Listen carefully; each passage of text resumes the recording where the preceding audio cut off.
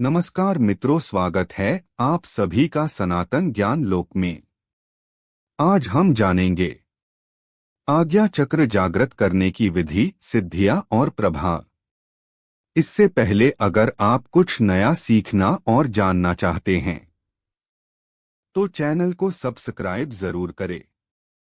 आज्ञा चक्र मस्तक के मध्य में भौहों के बीच स्थित है। अब बुद्धि का केंद्र है। यह मानव और दैवी चेतना के मध्य सीमा निर्धारित करता है। यह तीन प्रमुख नाड़ियों इड़ा, चंद्र नाड़ी, पिंगला, सूर्य नाड़ी और सुषुम्ना, केंद्रीय मध्य नाड़ी के मिलने का स्थान है। जब इन तीनों नाड़ियों की ऊर्जा यहाँ मिलती है और आगे उठती है, तब हमें समाधि, सर्वोच्च चेतना प्राप्त होती है। जब इन तीनों नाड़ियों की ऊर्जा यहाँ मिलती है और आगे उठती है, तब हमें समाधि, सर्वोच्च चेतना प्राप्त होती है।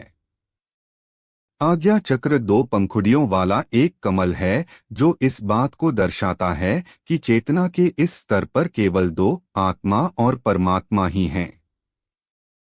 सामान्य तौर पर जिस व्यक्ति की ऊर्जा यहाँ ज्यादा सक्रिय है, तो ऐसा व्यक्ति बौद्धिक रूप से संपन्न, संवेदनशील और तेज दिमाग का बन जाता है, लेकिन वह सब कुछ जानने के बावजूद मौन रहता है।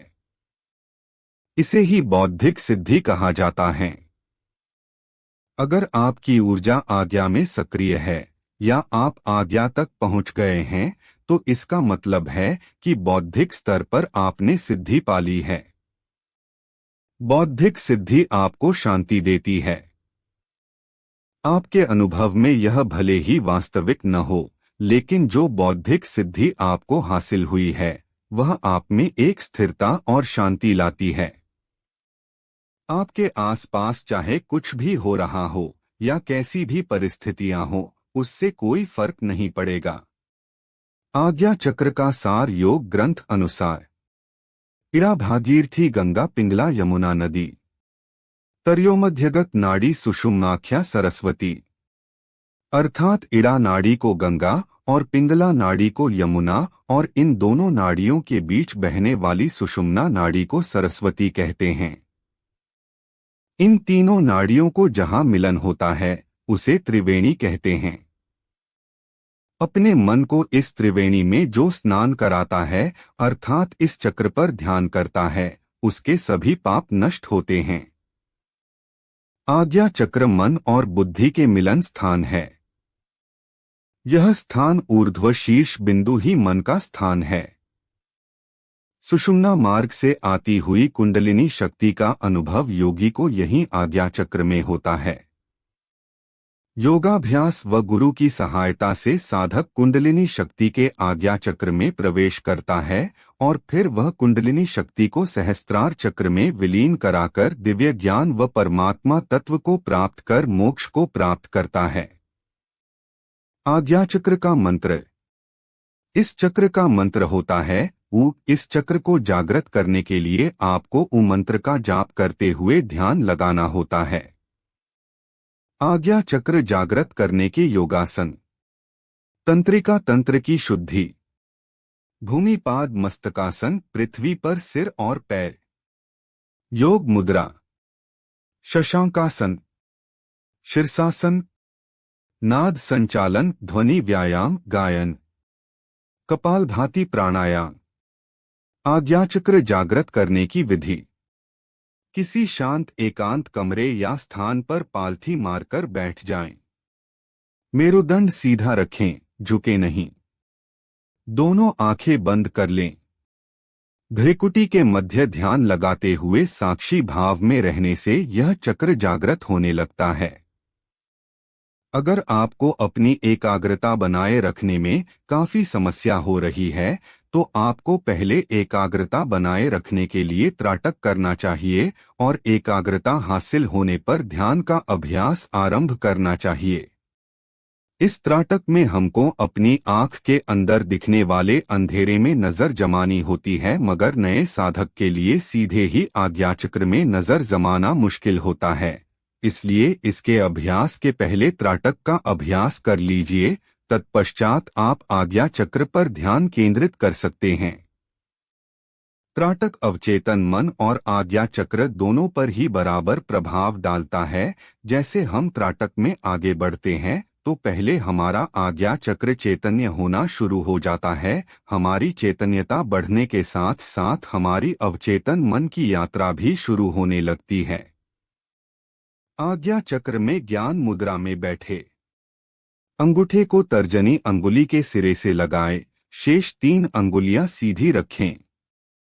आज्ञा नेगेटिव चक्र में मन लगाए, कूटस्थ में दृष्टि रखे। आज्ञा नेगेटिव चक्र में 2 पंखड़ियां होती है। अपने शक्ति के अनुसार 18 बार लंबा श्वास लेवे और छोड़े।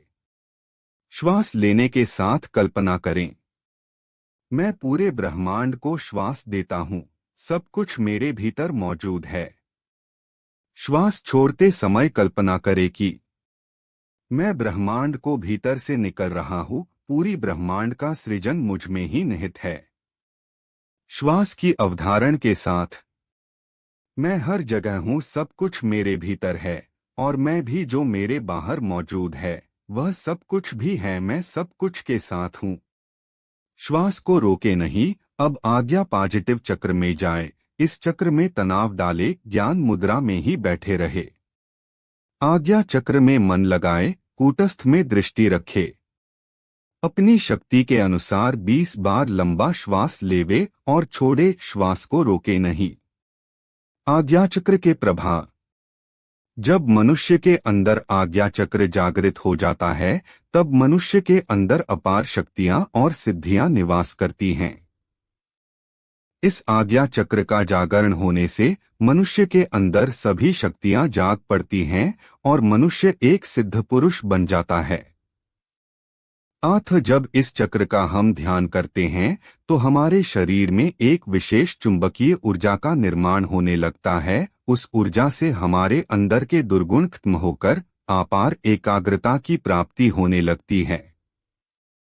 विचारों में दृढ़ता और दृष्टि में चमक पैदा होने लगती है। आज्ञा चक्र, जिसे हम तीसरा नेत्र भी कहते हैं, इस चक्र के गुण हैं एकता, शून्य, सत, चित्त और आनंद। ज्ञान नेत्र भीतर खुलता है और हम आत्मा की वास्तविकता देखते हैं, इसलिए तीसरा नेत्र का प्रयोग किया गया है जो भगवान शिव का द्योतक है। इसके जागृत होते ही देव शक्ति प्राप्त होती है, दिव्या दृष्टि की सिद्धि होती है, दूरदृष्टि प्राप्त होता है, त्रिकाल ज्ञान मिलता है, आत्मा ज्ञान मिलता है, देव दर्शन होता है, व्यक्ति अलौकिक हो जाता है। ये थी कुछ जानकारी। अगर अच्छी लगी तो लाइक और सब्सक्राइब जरूर करें। धन्यवाद।